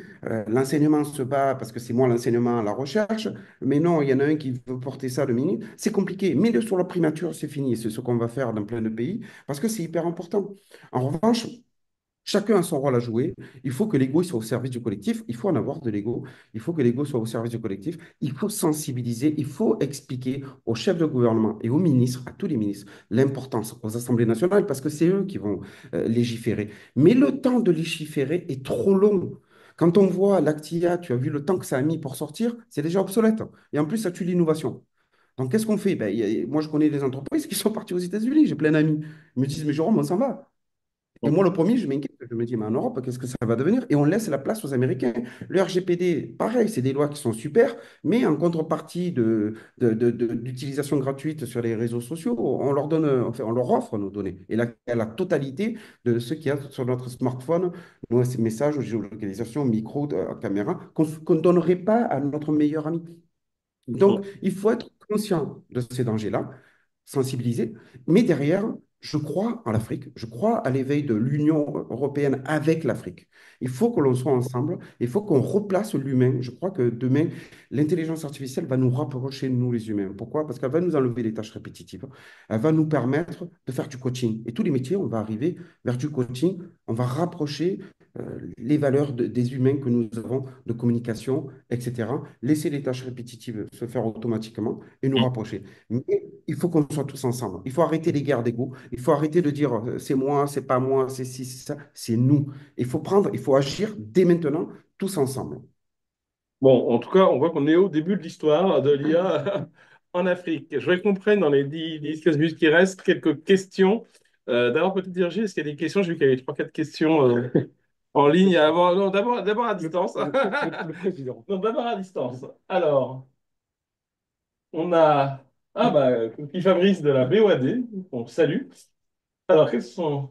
Ah oui, sur la propriété intellectuelle, c'est pas toi qui étais justement Oui, hier à Munich sur ces oui. histoires de propriété intellectuelle? Ouais. Tu peux en dire un mot? Ouais, si tu veux. Ah bah, le Euh, PIDA, bah oui, c'est aujourd'hui, voilà, c'est cette semaine. exactement. Voilà, qui n'ont pas de connaissances. Ouais, d'accord, ça c'est une bonne information, merci beaucoup. Sur les propriétés intellectuelles, peut-être un petit mot? Bah, très très rapidement sur la propriété intellectuelle, la question qui se pose culturellement, c'est que aujourd'hui, et on le voit quand il y a eu la grève des scénaristes aux États-Unis, Mm. donc quand il y a eu cette grève des scénaristes aux États-Unis, les associations se sont formées pour pouvoir mieux lutter contre que les GAFAM et ont les moyens financiers de lutter. La question qui se pose aujourd'hui, c'est en Afrique, on n'a pas ces mêmes moyens. Et au niveau du droit d'auteur de la propriété intellectuelle, on a déjà deux institutions. Une institution qui est basée au Cameroun, qui est francophone, et une autre qui est anglophone, qui est Mm. basée en Afrique du Sud. Donc il y a déjà une interprétation qui est différente. On n'a jamais réussi à unir donc, le droit de la propriété intellectuelle anglo-saxon et le francophone dedans. Donc déjà, c'est un problème. Ensuite, comment veux-tu, quand un État ou une association d'artistes, même quand ils sont unis, vont pouvoir lutter contre des GAFAM si on leur pille leur propriété intellectuelle, quand tu sais que, par exemple, que dans certains pays, il y a 4 à 5 avocats spécialistes du droit d'auteur de la propriété intellectuelle. Donc, on a, depuis la mise en place du programme et du plan d'action sur la cybersécurité en Afrique et sur la protection des données, on a un plan d'action qui regroupe la protection intellectuelle, mais il faut dire qu'il n'y a que une vingtaine de pays qui l'ont mis en pratique. Donc voilà, ça limite ce combat. Et ce que disaient tout à l'heure les différents intervenants, effectivement, l'Afrique aujourd'hui est un terrain d'expérimentation pour aussi bien les BATX que pour les GAFAM. Il faut pas se leurrer. Et j'en profite, on en discutait avant la conférence, l'équipe Culture Média de Bering Point a fait une étude qui est publique pour le Tout CNC à fait, c'est très bien. sur l'impact de l'IA dans les différents métiers du cinéma. Et ce qui est intéressant, c'est qu'on a tous entendu parler effectivement de la grève des scénaristes. Ouais, Mais en fait, on se rend compte que dans les métiers du cinéma, c'est pas le métier de scénariste qui est le plus menacé. non, Et il y en a plein d'autres qui sont beaucoup plus menacés, en tout cas qui vont être impactés par l'IA, démenacé quand même. oui, beaucoup moins que d'autres métiers dans le cinéma. Donc Ouais. il y a aussi encore beaucoup pas de rumeurs, enfin, d'images, enfin, tout n'est pas. Voilà. Non, mais en tant que spécialiste des industries créatives et surtout donc je forme la 3D, puisque tout à l'heure, je crois que c'est Jérôme qui parlait de l'industrie 4.0, l'erreur que beaucoup de gens font aujourd'hui, c'est que l'industrie 4.0, c'est que 20% d'IA. Hum, Les 80 autres pourcents, c'est quoi? C'est de la réalité virtuelle, de la ouais, réalité bien mixte. sûr. Et ça, la 3D, ça, les gens ont tendance à l'oublier. Et donc, nous, on forme à ces métiers-là. Donc, c'est quelque chose qui est très important. Et paradoxalement, quand tu parlais, moi j'étais au SICA à Abidjan il y a quelques jours, on a vu les premiers films africains donc développés en IA. Il y a beaucoup à dire. La technologie n'est pas encore prête. Effectivement, il y a des choses, et je crois que c'est le mois prochain à Marrakech, il va y avoir le premier festival africain de films de IA. Pour moi, en tant que spécialiste, on a encore au moins 7 ou 8 ans avant que ça arrive. Parce que quand tu transformes, parce que nous, on, avec le laboratoire d'innovation, on travaille sur les technologies NERF d'NVIDIA. Hum, Quand on sait que la difficulté que tu as quand tu transformes donc une intelligence artificielle, il y a toujours des problèmes. Et quand tu fais la 3D, c'est encore beaucoup plus compliqué. hum. Mais ça va beaucoup changer. Il y a une autre question en ligne qui était sur la régulation, peut-être pour Mélène. Est-ce qu'aujourd'hui, vous voyez que les régulateurs africains prennent en charge la question de l'IA? En tout cas, dans notre cas, ils s'y intéressent. Ils posent des questions. Donc, je sais qu'il y a quelques semaines, il y a eu des formations qui ont été données aux parlementaires. Euh, Ils voient l'actualité, ils essaient de suivre l'actualité. Nous, enfin, le Bénin a cette particularité d'avoir créé, il y a quelques années déjà, le code du numérique, qui permet d'embarquer vraiment tout l'arsenal juridique sur le numérique. Donc, tout le monde réfléchit à comment on peut aller plus loin, intégrer les aspects de l'intelligence artificielle dedans. Donc, je pense que c'est pour ça d'ailleurs que dans une des composantes de notre stratégie, on a parlé de cette partie-là sur la formation et le renforcement de capacité, pas juste pour les gens dans le secteur privé, mais également pour les cadres de l'administration publique et les parlementaires, pour qu'ils sachent vraiment de quoi on parle quand des projets de loi arrivent à un niveau. Merci. On va passer à quelques questions de la salle. Et particulièrement d'abord le président Athénogéros, qui est debout depuis tout à l'heure, et après vous. Il y en avait une troisième ici. Heureusement, je devrais poser la question à Mohamed et aux autres aussi. Et en plus, ma question est double. Non, la Quel première, tricheur. j'ai noté que vous avez dit que vous formiez beaucoup de jeunes à l'IA et à cette technologie, mais après, il y avait un problème de trouver un emploi et qu'en réalité, de trouver pas d'emploi. Et donc, dans la hiérarchie, est-ce qu'on ne se focalise pas un peu trop sur la formation? En réalité, est-ce qu'on prend bien tous les voies et moyens pour inciter les entreprises à davantage développer des plateformes, des produits avec l'IA, etc., pour après créer des jobs, donc plateformes, etc. Ça, c'est la première question. La deuxième, qui n'est pas très éloignée, je crois que c'est vous qui avez cité la liste un peu des pays africains avec quels opérateurs étrangers ils étaient plus ou moins alliés ou ils réfléchissaient. Moi, j'ai remarqué qu'il n'y en avait pas un africain, vous l'avez dit, il n'y en avait même pas un européen, ils étaient apparemment tous américains. Bon, et donc, qu'est-ce que fait le francophone là-dedans si on ne veut pas perdre totalement notre identité à moyen terme? Je pense qu'on a un vrai sujet totalement fondamental. Et deuxièmement, est-ce qu'il n'y a pas d'entreprises françaises, en tout cas ici, il y en a au moins deux ou trois de tailles différentes, mais dans cette salle, qui pourraient être associées à cela? Moi, je suis frappé de cette absence totale. Et donc, pour la francophonie, pour le groupe que nous formons, etc., ça me semble stratégique. Voilà, donc, le français, l'entreprise française, et puis comment créer des jobs plutôt que de créer des étudiants d'abord. Réponse rapide. Oui, rapide. Alors, j'ai formé 40 000 jeunes, mais ce n'est pas dans l'IA, c'est dans le secteur créatif, jeux vidéo, animation 3D. Et depuis 2-3 ans, on forme à l'IA, et je vais répondre à votre question, et vous avez tout à fait raison, cher président. Il faut créer des plateformes. On a créé plusieurs plateformes. La première plateforme, c'est, je vous l'ai dit, c'est l'histoire générale de l'Afrique. L'objectif, là, on a formé plus de 300 jeunes. Donc, qui sont en train de travailler sur la mise en place de ce Serious Games sur l'histoire générale. L'objectif, on en a 10. Avec l'UNESCO, c'est d'en faire 1000. Donc, on va créer, on va former des jeunes spécialisés dans l'IA créative dès qu'on arrivera à lever les 10 millions avec l'UNESCO. Ça, c'est l'objectif premier. Et l'objectif, c'est de créer des emplois autour de ce projet. Le deuxième projet, c'est qu'on a mis en place, et Sandra a parlé tout à l'heure de musées, on a mis en place le premier musée virtuel africain avec une dizaine de pays et on a appris aux jeunes à modéliser des objets d'art africains.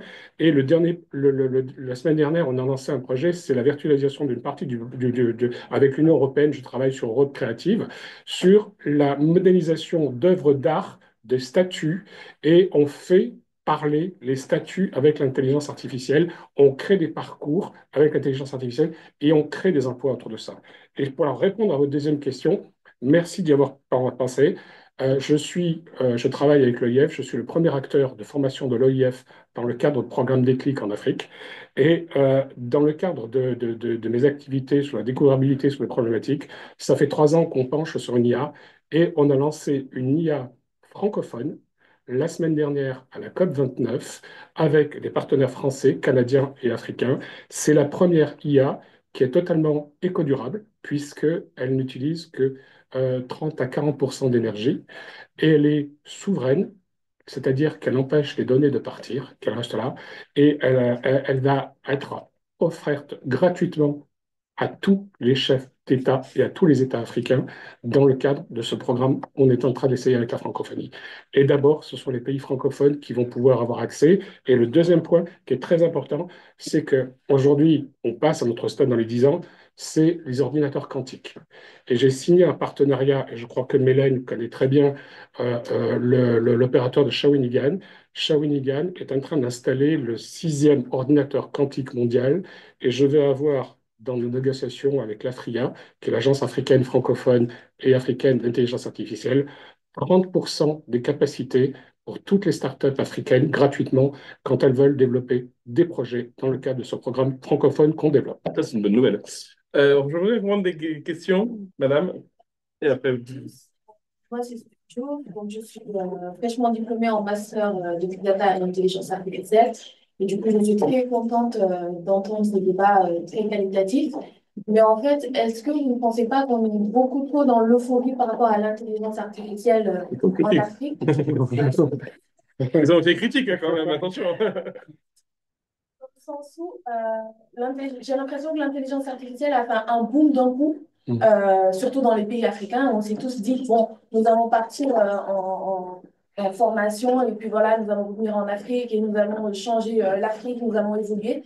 Mais avons-nous pensé en fait aux populations africaines? Ne pensez-vous pas que l'intelligence artificielle, dans 10 ans, dans 5 ans même, ne contribuerait pas à appauvrir davantage les populations qui potentiellement devraient l'utiliser et pour qui on va dire, oui, l'intelligence artificielle est là pour vous aider à avancer, pour vous aider dans vos vies, pour vous faciliter les tâches. Et finalement, est-ce que cette intelligence artificielle ne sera pas utilisée plus par l'élite, par les gouvernements, par les personnes qui ont l'avantage d'avoir un grand nombre d'expériences, d'avoir voyagé, etc. Et finalement, les petites populations qui, eux, devront en profiter dans le domaine de la santé et de l'agriculture n'auront pas l'avantage. Bonne question. On va peut-être laisser nos amis à distance, Mélène et Jérôme, répondre. Donc, est-ce que le risque de l'IA, est-ce qu'on n'est pas trop optimiste, va pas quelque part creuser encore plus les inégalités en Afrique? Mélène, Jérôme? Oui, Jérôme, c'est un risque. Je pense qu'on l'a mentionné plusieurs fois avec Mélène, etc.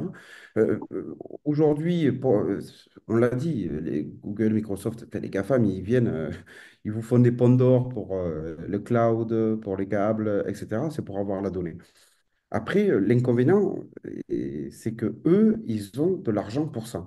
Il y a eu quelque chose aux États-Unis, ils ont de l'argent pour l'investissement, et ce qui fait rêver l'IA, c'est les levées de fonds. Quand on voit OpenAI, plus de centaines de millions d'abonnements en même pas 3 mois, et les levées de fonds, c'est des milliards de milliards, ça fait rêver, ça c'est certain. Par contre, en revanche, on ne peut pas aller contre l'IA. Tous les jours, il y a des IA qui sortent. Tous les jours, il y a des nouvelles solutions. Et donc, il faut que l'Afrique prenne sa place comme l'Europe, hein. Moi, je crois beaucoup à l'alliance de l'Europe et d'Afrique pour plein de choses. Aujourd'hui, j'ai lu que le gouvernement américain voulait sanctionner, je crois que c'était Apple sur notamment son prisme sur l'Apple Store, etc. Et sur le pouvoir qu'il avait et qu'il ne faut pas laisser ce pouvoir à qu'une seule entité, etc. Je pense ça c'est clair, parce qu'aujourd'hui, on ne peut rien faire contre eux. Vous pouvez être un pays comme la France, vous regardez le CAC 40 qui est valorisé à 1300 milliards de dollars, Nvidia, elle est valorisée à 5000 milliards de dollars. Qu'est-ce que vous voulez faire? C'est presque le PIB de la France. Quand je vois le chiffre d'affaires d'Apple, c'est 50 fois le PIB de certains pays d'Afrique. Donc, Ouais. derrière, il y a l'humain. Ouais. Mélène, sur cette question, l'IA risque-t-elle pas de créer plus d'inégalités finalement entre ceux qui la maîtriseront et ceux ouais, qui ne la maîtriseront pas? déjà, je vais aller dans la prolongation de ce que Jérôme vient de dire. C'était en début d'année ou l'année dernière, Accenture annonçait ce qu'il comptait investir en l'IA pour ses clients. Et je regardais ce que nous, on avait valorisé pour notre stratégie nationale. Bon, je suis passé à un autre sujet, quoi. Mais c'est pas pour rien qu'on dit que c'est une révolution industrielle, hein. Si on saisit pas cette vague, parce que si l'Afrique ne saisit pas cette vague, si les populations africaines ne saisissent pas dans leur globalité cette vague, on, ça, ça sera empêché pour nous, quoi. On pourra Mhm. blâmer personne, on pourra se que reprocher à nous-mêmes. Et Mhm. effectivement, après, vigilance à chacun de nous, que ce soit les élites, que ce soit surtout les enseignants, Mhm. soit les gouvernements, l'administration publique à tous les niveaux, pas juste au plus haut sommet, mais à tous les niveaux, d'être vigilant sur le fait que c'est un outil qui doit être le plus populaire possible. Euh, Mhm. Quand on réfléchissait à quels sont nos cas d'usage à prioriser, on a essayé de brosser large. De faire la stratégie, on l'a conçue de manière assez consensuelle. C'était pas l'administration, moi et le reste du comité qui avons élaboré ça tout seul dans notre coin. Mm. On a fait plusieurs propositions et on a réuni un peu des représentants du secteur privé, grandes, petites entreprises, start-up, et des représentants des chercheurs, des ONG, mais également l'administration publique pour dire, OK, voilà ce qu'il faut pour le Bénin par rapport aux problèmes que le Bénin, que les populations connaissent, Mm. que ce soit pour l'agriculteur, que ce soit pour le moto-taxi, que ce soit l'artisan, que ce soit le chef d'entreprise, le financier, le port autonome de Cotonou. On essaie de brosser large pour... Et maintenant, c'est vraiment à nous d'être vigilants là-dessus pour que ce soit vraiment un outil qui soit populaire et non réservé à l'élite qui peut se permettre un accès au débit à Internet ou autre chose. Merci beaucoup. Je crois qu'il y a une question, monsieur. Non? Oui. Oui, bonsoir. Euh, je suis Gilles Rouvier, je suis président de Cyberlex, qui est une association du droit et des technologies. Et je suis également avocat, expert sur l'IA. On intervient tous les jours avec mon cabinet sur l'IA dans des problématiques très concrètes sur la zone France et Europe, et puis aussi États-Unis, mais pas sur l'Afrique. Et c'est pour ça que je suis ici aussi, ça m'intéresse. J'ai appris beaucoup de choses ce soir, merci. Je n'avais pas du tout de vision sur l'IA en Afrique.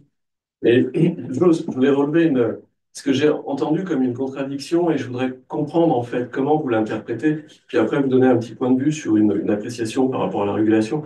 J'ai entendu l'Afrique, donc réservoir énorme de population avec des jeunes partout qui utilisent les réseaux sociaux en permanence dans les zones où il y a une infrastructure, parce que j'ai relevé le problème d'infrastructure dans les campagnes, effectivement, mais avec la 5G et la 6G, ça va être certainement, ça va progresser. Tout le monde utilise les réseaux sociaux, et j'ai entendu également, on est quelque part un réservoir pour les GAFAM, c'est-à-dire que toutes nos données, et nous c'est pareil en Occident, c'est pareil en Asie, toutes nos données sont exploitées gratuitement par les GAFAM pour entraîner les LLM, pour entraîner les moteurs, et tout ça c'est gratuit. Mais en même temps, j'entendais au début que quelque part sur la régulation, il y avait la propension ou l'envie de ne pas avoir trop de régulation en Afrique pour ne pas freiner le progrès.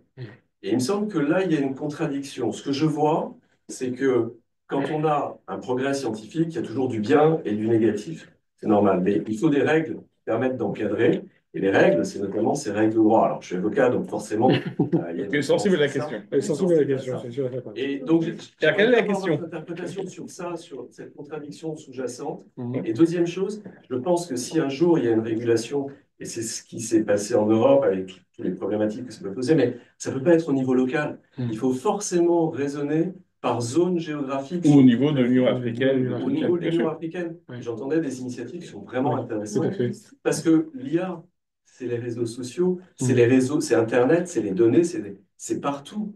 Et raisonner au niveau d'un pays pour Internet, c'est toujours extrêmement périlleux, je dirais.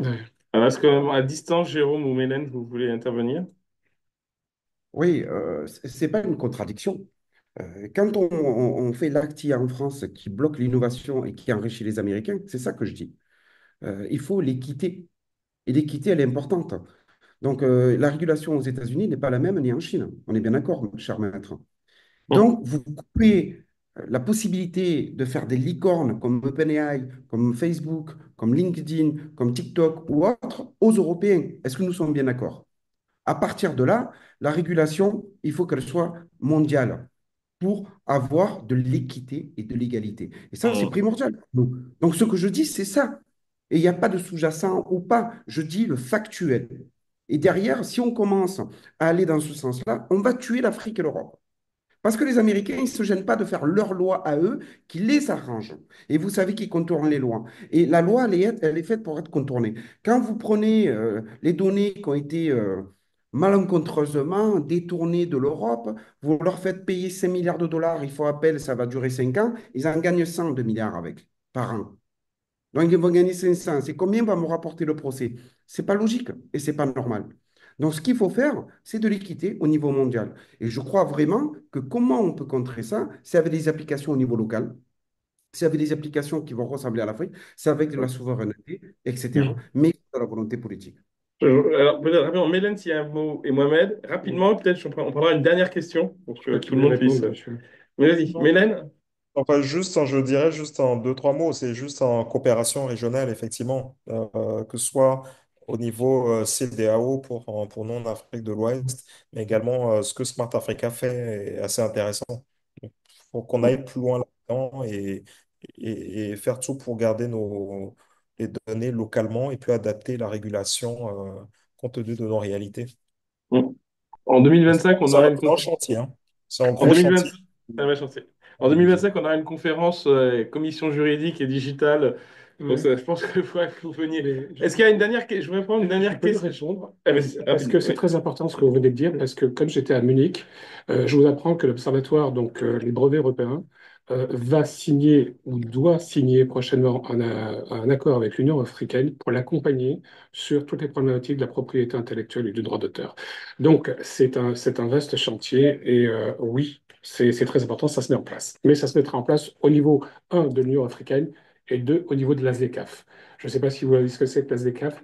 La ZLECAf, c'est la zone de libre-échange africaine qui est accompagnée. C'est un peu comme le libre-échange, le marché du libre-échange européen.